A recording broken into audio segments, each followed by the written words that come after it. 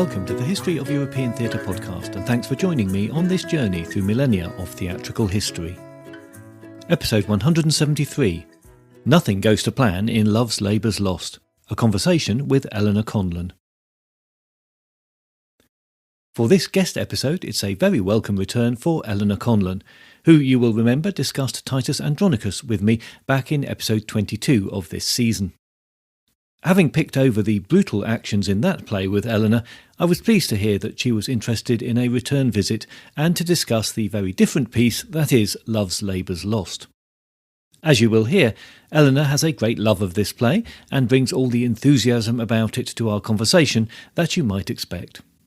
If you've not already done so, I would recommend listening to my previous episode on Love's Labour's Lost before starting on this one, which adds a lot to what I said in that episode.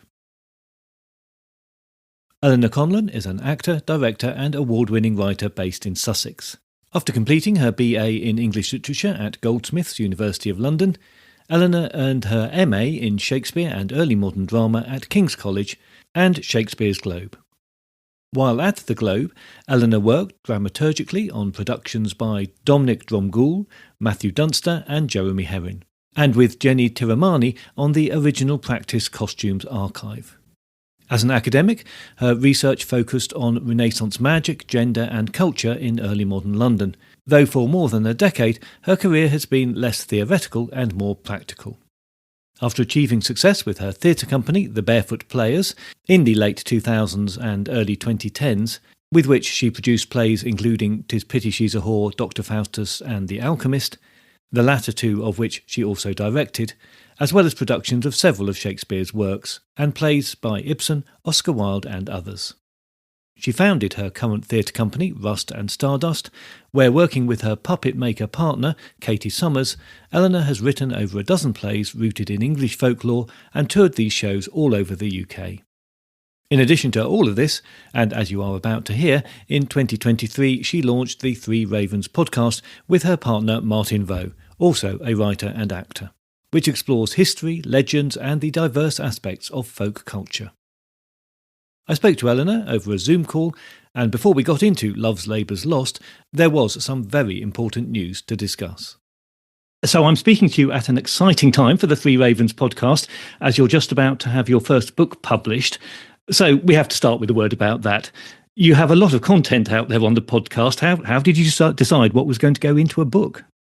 Well, in a way, it was quite easy for us because we've structured our podcast as a kind of fictional trip around England's 39 historic counties. So we tell a story from one each week. So it was really quite easy. We just used the story from each of the counties. So we've got an entire journey around England through tales. But you've been around England nearly twice now, I think, in the podcast. We have, yes. We have almost come to the end of round 2. So there was a bit of a selection going on then. Yes, so this is primarily stories just from our first round, although there's one or two from the second round that we've replaced because we preferred them or we felt they fit in a little bit better, but mostly it's round 1. Publishing a book isn't quite the same as putting it out as a podcast, spoken word versus written word, so presumably you had to edit up some of the stories there. Yes, there's some sort of stylistic edits, so they read better in print. Obviously, when you're performing a story, it comes across a little bit like a dramatic monologue. We try and perform them as much as we can. And some of the ways we've written scripts for performance are a little bit different to how the stories appear in print. And all due to come out in the middle of July? Yes, the 17th of July is our publication date at the moment, and we're open for pre-orders right now. So the book's available through any book retailer for pre-order. Amazing. And I'll put some links into the show notes for that, of course, as well. And that's great. And good luck with that book launch. All coming very soon now. Yes, it's going to creep up, I think. And when we spoke before, and I asked you if you were interested in coming on, you were very keen to talk about Titus Andronicus, which of all the plays that I was discussing at the time wasn't the most obvious one to choose. And then when I asked you about a return visit, you again went for perhaps the least obvious play that I offered you, which was Love's Labour's Lost. So I think we have to start with, what is it about Love's Labour's Lost that attracts you?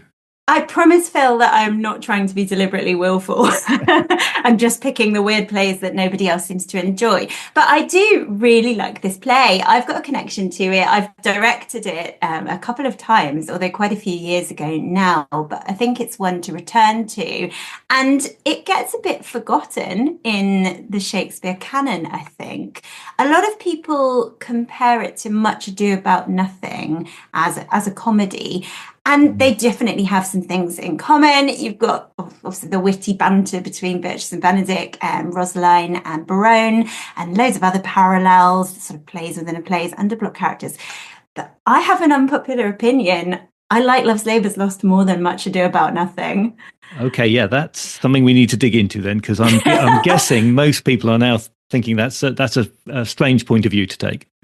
It is, and it's not one I've found shared by many other people I've talked to about this. We were saying just before we came on that it's been a much maligned play in criticism over the years. Yes, because you've been doing your series about criticism of Shakespeare, and this is one that always pops up as, this is rubbish, what was Shakespeare thinking, this is an early work. Much of the same things that are levelled at Titus come towards Love Labours as well. But I think, the things which make Much Ado charming are, in my opinion, better executed in Love's Labours. I really think that. Like, it's got the mother of all hiding and discovery scenes, this play, which I think goes way beyond the one that you see in Much Ado.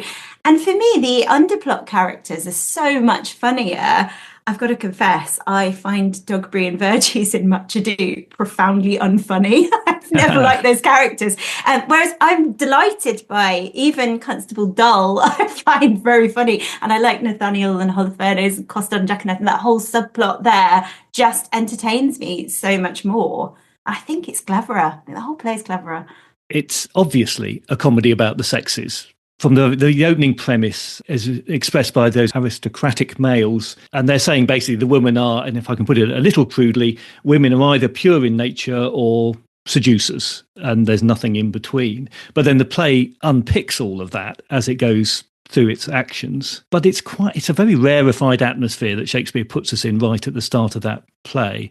And Absolutely. As I talked about a little in my previous episode, that was probably better understood than we understand it now at the time, because the knowledge about the court of Navarre was probably better understood than we know about it. But do you think that really dives us into the comedy straight away? Or I have to confess, I find the opening scene quite turgid in some ways. Really?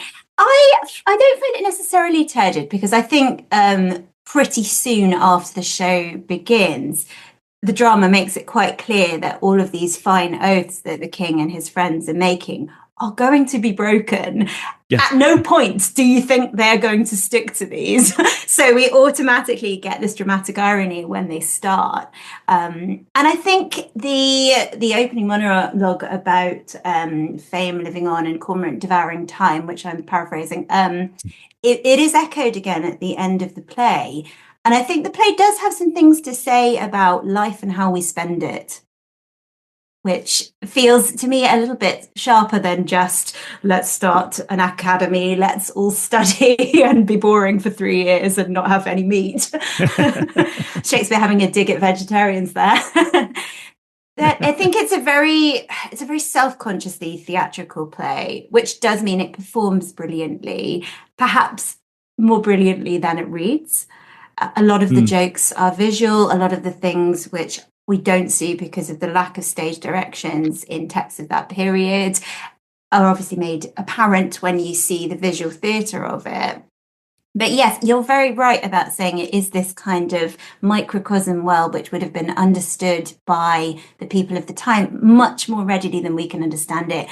I think it is a play that contemporary audiences can struggle with. I would admit that, even as a fan of it.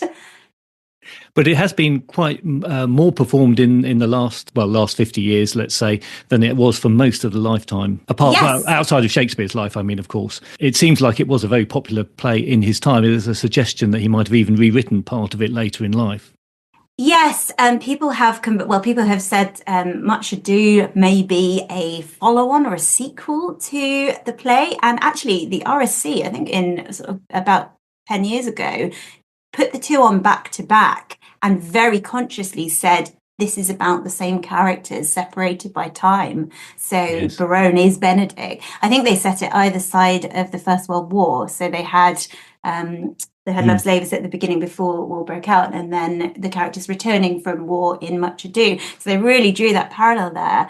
But there's quite a lot, I think, you can draw between the play and All's Well That Ends Well too. There's those kind of fairy tale quality, the strangeness of the ending, which in Love's Labours is under-resolved and in All's Well is over-resolved. And there's something about the genre to which both of those plays fit into as well. And Love's Labours is an odd play in that regard. It's not a comedy in the traditional resolution of the Unity sense. It does not end with a marriage. It's also not really a tragedy. The only death we've got is the offstage king, who we have no reason to care about whatsoever. And we tend to class the later plays like Pericles and The Winter's Tale and All's Well as romances. I wonder if it's possible to apply that description to Love's Labours. What do you think? Yes, that's an interesting thought. It jars because of where it sits in the chronology, as far as we know it. Of course. Yes, because it's got this violation of comic form, hasn't it? It's like non-marriages as opposed to marriages. Yes, the ending, I think we'll come to the ending perhaps at the end of this, because that is quite significant, I think, isn't it? Yes. And I was probably being a little mean when I said I found it turgid at the beginning, because actually I think it's only in the second scene that we get the introduction of the characters of Dull and Costard, who are, as you mentioned, actually quite funny Shakespeare characters, unlike some like the poor old Lancelot Gobbo that I've had to talk about recently, who I also think is one of the least funny Shakespeare characters. Rather you than me, I agree. Yes, a difficult one to pull off, I think, in print. Lancelot Gobbo has a lot of inspiration. And in performance, one might argue as well. But anyway. Yeah, yes, perhaps so. But I think that sort of self-consciousness of it, I think Shakespeare's very deliberately playing with that form and saying, no, I'm not going to end it the way you think I'm going to end it, with a triple or quadruple. It would be 5 weddings, wouldn't it, if everybody followed through. And he very deliberately doesn't do this, which I think is really fun and sort of indicates this willfulness about Shakespeare in writing this play. So sort of, I know what you're expecting me to do and I'm not going to do it. I'm going to do something else and I'm going to leave you hanging. But then I think what that leaves us with is something which is a little bit more realistic than some of the happily ever afters, neatly boxed coupling offs that we see in later work. I mean, it's much more like life, isn't it? It doesn't quite go how we expect it to. And actually, to quote the play, Jack hath not Jill. You don't necessarily end up with the woman you want to end up with, or any woman at all. And these things don't necessarily go according to the plan. But this play, nothing goes according to the plan. We're given the plan in the first scene. The plan goes to pieces. But then when you get a constable called Dull, you kind of know what he's going to be like. Yes, I think that's a sort of very commedia-like stock character there. Although I do love a lot of Dull's malapropisms and getting all the words wrong, which I think add to the comedy. And we like malapropisms, don't we? I think that's a very British thing. And we can see that obviously later on going into restoration stuff with Mrs. Malaprop being the example. So you mentioned there that you've directed this a couple of times. Did your actors find a way into the play quite easily? Yeah, so I actually, for somebody who loves Renaissance culture and costume, I actually chose to use a contemporary setting for the play, which was possibly a completely wild idea. And at first, it was a challenge to get into it because there's a lot of characters, there's a lot of couples. Then in the scene with the Mask of Muscovites, there's a lot of couple switching and confusion. And we ended up starting from a point where we color-coded the couples so we could figure out who was going where at which point. And that worked quite well. And trying to sort of understand Holofernes and Nathaniel, I think they're a big reach for a contemporary audience or reader, aren't they? Because the references are quite knotty. but trying to find the fun in that and realize that these two are kind of fantasists who just enjoy being clever. And you can sort of see them on a modern internet forum pushing up their spectacles and saying, well, actually, let me tell you. And so I think those kind of archetypes are still present in our society today. So you can find a way into them. Yes, and then, of course, the comedy that comes from relationships and misunderstandings and crossed wires, letters that have gone awry or been misinterpreted. All of that stuff's relatable. Yes, the letters gone awry is obviously the centrepiece of the confusion, and it's important that Costard is illiterate, which is always an interesting point with Shakespeare's minor characters, I think, to see how they're functioning as part of the play, because they often play a more important role than we might give them credit for. Yes, and that whole confusion with Costard sort of sets things in motion, doesn't it? So characters can come to realizations that they might not necessarily have got to on their own. And that scene where the aristocrats overhear each other saying how much they love the women that they've chosen. I mean, a brilliant piece of very Shakespearean theatre, but also I was thinking how brilliant on this. I can imagine it on the stage of the Globe with the pillars and the levels. But presumably you didn't have quite that to play with when you directed. Alas, no, I did not direct it at Shakespeare's Globe, if only. No, it was an outdoor show, and we had a red brick Victorian clock tower in the park where it was set, which worked quite well because it had steps all the way around and sort of little alcoves and hollows, and we put a few things on the stage. I think the fun about that scene is because it keeps building and building with each new boy coming on stage and the rest having to hide in different places, and it gets more and more ludicrous, and you have to find sillier and sillier hiding spaces for them. And then if you've got your character who's reading his love poem to his lady moving around, that affects the hiders who also have to move around, and it just becomes this ridiculous farcical kind of ballet, and I love stuff like that. So as you were saying earlier, more of a farce on the stage than on the page when we're reading it. Yes, because all we really get on the stage is a couple of asides, and then the king leaping out and saying, "I've seen you." Yeah. So that's probably a good point to talk about language for a bit, because clearly it's a play that depends heavily on the punning in it, which we have to deal with. And I'm taking from that you don't necessarily love a pun, Phil. I don't mind a pun. There are many of Shakespeare's that I struggle with, let's put it that way. You don't think he quite lands the plane? Not for us, but this is all to do with we're 400 years removed from this stuff. Yes. So it is difficult to grasp that. I mentioned in my episode last time that, a lot of this is dependent on people being familiar with the works of Lilly, because clearly he's aping Lilly's style and his flowery language, which was famous for the time. But actually he manages to out Lilly at some points in this, and actually prove, as I quoted some of the poetry in this, it's as in the other plays of this time, Midsummer Night's Dream, Romeo and Juliet, it is beautifully written language. Yes. And I think Lilly's a really interesting point of reference, but for this play specifically, I think it's impossible to ignore the influence of Philip Sidney as well.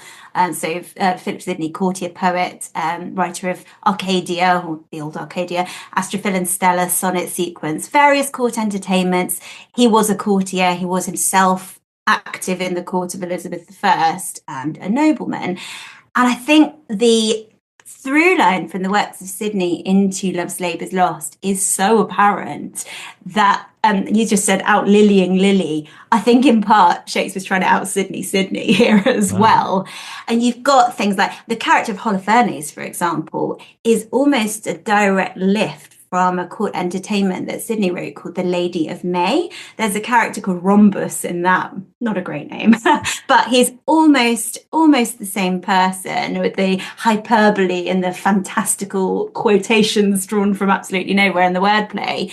He also that character might owe something to Rabelais' Gargantua and Pantagruel. There is a character in that, a tutor for Gargantua, the giant, called Tubal Holofernes. So probably a play on that. You're right, it exists in this really specific context of Renaissance literature in general, and it's drawing these ideas together. But Sidney, one of his most famous works we've got is the Defense of Poetry, right? Where he's sort of describing how you can write well and all the good things poetry can do. But he condemns plays that are not tragedies or comedies and doesn't like it when you mix kings and clowns. That's the phrase he uses, kings and clowns. And Shakespeare's going, I think I can do that. I think I can prove it's possible to mix kings and clowns and still have a good play here. And again, that idea of being a little bit willful and taking on that thought, going, okay, all right, challenge accepted. I'm going to try it. Also, Love, Slavers, Lost doesn't observe the unities in the way that Sidney would have wanted it to. So that's another thing there where he goes a bit beyond.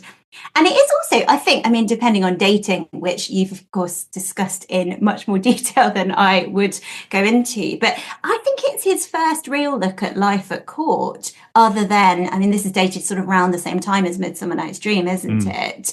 Other than with that Theseus sort of court in Midsummer Night's Dream in Athens. But this feels a court which is much closer to the court of Elizabeth and Sidney. Shakespeare himself wasn't in that world, so it kind of makes sense that he might look into the works of Sidney to get advice and maybe turn the stuff of which Sidney's life and his art, to some extent, is made of into a drama. I think that's definitely crucial to Love's Labours here. The world he did know about, of course, was that of the Playhouse, and we have a play within a play again. We do, yes, we do. And in many ways, a front runner to perhaps some of the later plays that feature plays within plays to various effect. I mean, the pageant of the Nine Worthies, I think, is very, very funny in this. Lot of excuse for wordplay, but also ridicule, but also kind of adopting something that would be really familiar to audiences of the time. Similar Nine Worthies pageants with various interchangeable worthies in them would be all over England, amateur dramatics of the time. You would see anyone ranging from, Judas Maccabeus to Guy of Warwick might pop up as a nine. I think he was a worthy at one point, although he's not in this play. And there's this kind of interest in form as well in the language, because Sidney's very interested in poetic form and in experimenting with different metre and what he can use to be most effective. And I think Shakespeare's kind of taking bits of that and playing with them as well. So in the Astrophil and Stella sequence, Sidney uses a 12-syllable sonnet called an Alexandrine, uses that form quite a few times throughout the sequence. And Shakespeare uses it when he's getting Barone to justify giving into love in Outforcing 2, that if love make me forsworn is the same structure. So I think he's playing there as well. And it's just this kind of homage that goes a bit beyond the kind of thing we might actually associate with Christopher Marlowe a bit more, right? Because Marlowe's always dealing in hyperbole, always trying to go further and further. Everything in Marlowe is the highest heights and the lowest lows and ceaseless this and without measure that. And there's just kind of no stopping him. I think Shakespeare's doing this a little bit, pushing the boundaries of theatrical language, really just at the same time that all of this stuff's being written. That's great. Not a parallel you would expect, Marlowe and Love's Labour's Lost, but you've just done it, so that's great. Well, it's possible. We think, Marlowe's date of death is 1593. It is possible that there could have been crossover. We tend to say 94 or 95 more for this play, but there is possibility. I think it's possible to see echoes of Marlowe in some of the lines, for sure. Cool. You suggested to me in your email that the play's an experiment in linguistic gymnastics, which I thought was such a great phrase and different to anything we've heard before with Shakespeare. And you've been looking at the other plays of this period, so you're probably much more deeply into it than I am. And I totally agree. I think that's what makes it so unique and special as a play. It's got this really, really rich linguistic texture, which kind of is the product of its exact moment in time as the zeitgeist. It's looking at your humanist traditions of eloquence and sort of copiousness, elaboration, I suppose. I mean, very much this is the era of the prodigy house, right? It's like add another tower, add more windows, more detail, more layers, more intricacy, and that stuff's admired. The Elizabethans would have absolutely hated minimalism. It was regarded as not fine work. The more intricate something was, the more tricksy, the finer it was regarded. And I think this language is like that as well. Like, Shakespeare's got loads of confidence in the possibilities of language within this play, because he's got, if we sort of separate the characters into four groups, you've got the king and his friends who almost devalue language, like that setup at the beginning of the play. They're creating this big oath, they're all signing their names, it's all very dramatic. We know it's going to go wrong, we know they're going to break their oaths. And ultimately, in that big kind of turnaround where they all realise they're in love and it's useless to deny it, they make words mean what they want them to mean. And Baronas say, this is the only oath that I need to swear.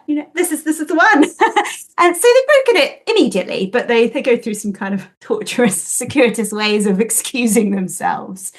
Which is also kind of in a courtly way, though, and I use that in the sense of like a court of law. They use language to argue either side of a case, don't they? As well, say, oh well, it could mean this, but it might mean this, and we can make it mean this. And ambiguity is very important in this play, isn't it? Whereas for the Princess of France and her friends, it's the total opposite. Words have meaning and they have consequences. If you've said something, you're going to follow through with it. And there's no change in that. So she's totally the opposite there. And then obviously you've got our lower class characters like Costard and Dull and Moth, actually, Don Armado's page. They are really literal. Their words are sort of symbols for things that are real. They're not, they don't really deal in this kind of, maybe the words mean this, maybe the words mean that. They mean what they say. And then you've got our intellectual characters, our sort of fantastical characters, because I'd include Don Armado in that as well with Holofernes and Nathaniel, because he's got these flights of fancy and these turns of phrase. They're fantastics, but they're also fantasists. They live slightly beyond the plane of reality. And that's how they use words. The words linked to reality is pretty tenuous. And so much of the play's comedy actually comes from these differing attitudes to language and meaning itself. It's a play about reality and fantasy in many ways. Yes. But then we get to this very different ending because we don't get the marriages that everyone would have been expecting at that point. We get a delay for a year and we get the death of the father. All of a sudden, everything does have a lot of meaning, and these marriages are about politics, not about love anymore. Yes. I mean, it wouldn't look great, would it, to be rocking back up for Dad's funeral with a big shiny engagement ring? So absolutely, it's a difficult position for them to find themselves in. The thing, Shakespeare's very much going, I don't want this to be like the other plays. And that's in the play. It says, our wooing doth not end like an old play. Jack hath not Jill. Which is a direct conversation with the lines in Midsummer Night's Dream. Puck, who says at the end, Jack shall have Jill, all shall be well. It's an absolute conversation with himself. He's going, well, I've said this once, which may argue for Midsummer Night's Dream having been written first. You can disagree with me if you want to. No. I don't think we know. They're very close. But it's got this complicated kind of ambiguity about the resolution, because the ladies have set their challenges to the men, which is an interesting thing to see at the end of the play. And I don't think appears across much other drama. I can't think of another example of that sort of, I'm going to set you this unresolved challenge and the audience will never find out how it goes. And the sort of medium high intensity to very high intensity, wait a year in a monastery, which nobody necessarily wants to do. And the biggest parallel that I could sort of find between this ending is in Chaucer's Parliament of Fowls, which is a much earlier text, but the eagle, the Formel eagle, who's the female eagle in that, asks nature, so the spiritual goddess of nature, for a respite from her suitors for a year, so she can pick, and the eagle suitors are all sent off to kind of prove themselves worthy for a year. And that year and the day thing is very fairy tale like. Yeah, It's very much, this will be resolved, but not yet. I think that period's also in the Canterbury Tales, actually, in the Wife of Bath's tale. There's also that in a year and a day, maybe. But then, of course, we've got this conflict, because do we trust the oaths of these men? They've proved themselves to be fickle and quite silly. Do we trust they're going to do what they say they're going to do in return? It's this very open-ended invitation, I think. Like, whenever you read a story or see a play that has that kind of lack of resolution, a suspension, it's an invitation to us as the audience or the reader, isn't it? To, and of course to centuries of literary criticism, to imagine what's going to happen next. Like, what do we want to happen next? We don't know, so we supply it ourselves. And as I was saying a bit earlier, I think some of the later ones are over-resolved to the point of incredulity. All's well that ends well. It packs up very neatly, doesn't it? Yes, it does. As do an awful lot of the non-Shakespearean plays of the period as well. They tend to, what was your phrase there, over-resolved? Over-resolved. Yeah. And that comes back to Sidney preoccupation, actually. He sort of experiments with over-resolved conclusions. There's one in the old Arcadia, I think, which he sort of overdoes it and then criticises what he's done in a way. While he also leaves Astrophil and Stella, this sonnet cycle that keep returning to with this play, almost totally open, kind of coming back to where he was at the beginning of the poetic sequence. Do you want to say something about the songs? There's a few, aren't there, throughout the play, because Moth sings. Moth's a singing page character. We don't get much of a sense of what Moth sings. Just in the script, it's just Concolinelle, which I think is a transliteration of a French song, Concolinelle. But we don't know how that goes. We don't have lyrics. But we've got the songs of Ver and Hymns, so spring and winter, at the very end of the play, which I think is another nice example of ambiguity. You've got love and youth in spring, which brush up against hardship and death in winter. And Shakespeare's kind of going, well, that's life, isn't it? You've got both of these things all rolled into one, and it doesn't necessarily come out neatly at the end. So you that way, we're this way. And then you've got, they're very folky as well, I think, because you've got the sort of folk tropes of Joan and Marion, and those names that pop up in English folk music as just generic person, like Ralph and Robin. We get them a lot, don't we? It's that sort of thing. But there's that natural, verdant quality to what they're singing about as well. But then on the other hand, they're also singing about the cuckoo, which is another word for a cuckold. So it's sort of all about being cheated on and being betrayed in that sense. So there's so much going on even with those two songs. It requires some unpacking. Like, there's a reason that this play often gets compared to the curious knot garden that Don Armado talks about, because it is a curious knot garden. I guess what we miss with the songs often is the music itself, and then the knowing glance of the minstrel to the audience at a certain point and that kind of thing. Yes. And when things like "oh" are transcribed, that gives nothing away to the performance. There's a song I think it's in Troilus and Cressida.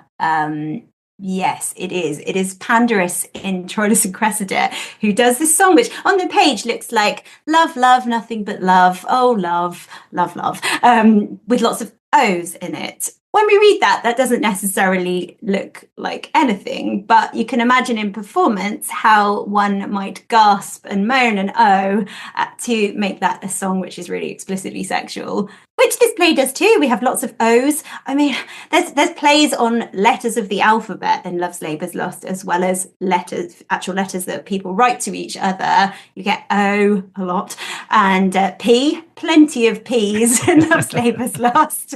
Like, my favourite piece of alliteration ever, I think, from, I think it's Holofernes, is the prayful princess pricked and pierced a pretty pleasing pricket, which is a great vocal warm-up if you ever need to get the muscles moving there.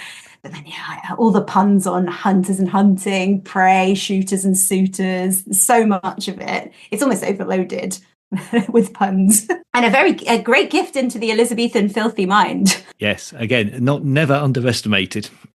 No, never forgotten.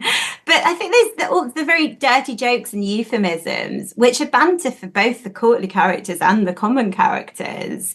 It's just ubiquitous, isn't it? It's that symbol of the ambiguity of language, and there's always a hidden depth to something. And you might say, "Oh, you've got an O on your face," but what does that mean? It might mean an open mouth, but it might mean something else. Yeah. And there's so much to it, and some of them are just funny because they're so scatological and rude.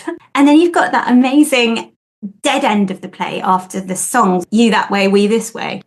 It's sort of get out, everybody. I mean, it can divide the characters into separate exits. Sort of, we'll go this way, king and friends. We'll go that way, princess and friends. But it's also the audience and the actors, the real world and the world of the play. It's like sending the audience out from the theatre back into the world where time moves as normal. We don't have that sort of delightful 3 hours traffic. It's actually back to normal. Cormorant devouring time is moving on. It's not always countered by this seasonal spring and winter transformation, which we see in the music. And I think that's super interesting. Although, as last lines go, not one of his bangers. But there's quite a few plays that end like that, isn't there? I think the end of Julius Caesar's just like hastily lead away. That's right. Yes. Yeah. Yes. Yeah. Which is, and Winter's Tale's something like that as well. It's just, he kind of almost overdoes it and then goes, I'll just finish. You that way, we this way. Because it feels also like the ending of an old tale, that this way, that way. And I think actually we must have subconsciously absorbed it for the end of Three Ravens, because we always say, while our story's gone that way, we'll go this way. And I had not, until I started reading the play again, gone, oh, did I get that from here? But I think it's just a folktale type ending, which speaks to something older as well. My thanks to Eleanor for taking the time to talk to me. The Three Ravens Folk Tales book is published on the 17th of July, and I've put some links to that in the show notes, and you can find more information about it on the podcast website at www.threeravenspodcast.com. Next time, I will be looking at the first of Ben Jonson's plays, a comedy where once again we find Plautus is the model. Yes, it's time for The Case is Altered. In the meantime, if you've not done so already, please join the Facebook page or group, or find the podcast on Instagram or Blue Sky to keep up to date with new episodes and other theatre-related things. If you do feel able to help out with the cost of running the podcast, then please head on over to Patreon, where you will find additional content for a small monthly fee or a one-off donation, including that series of episodes of criticism of Shakespeare from the First Folio to the 19th century that Eleanor mentioned during our conversation. You can also make a one-off show of support through Ko-fi.com. I look forward to your company next time, but if you have any comments or concerns in the meantime, you can contact me by email at thoetp@gmail.com or through the website, where you can leave me a voice message by clicking on the microphone icon, or you can write to me on the contact page. That's all at www.thehistoryofeuropeantheatre.com.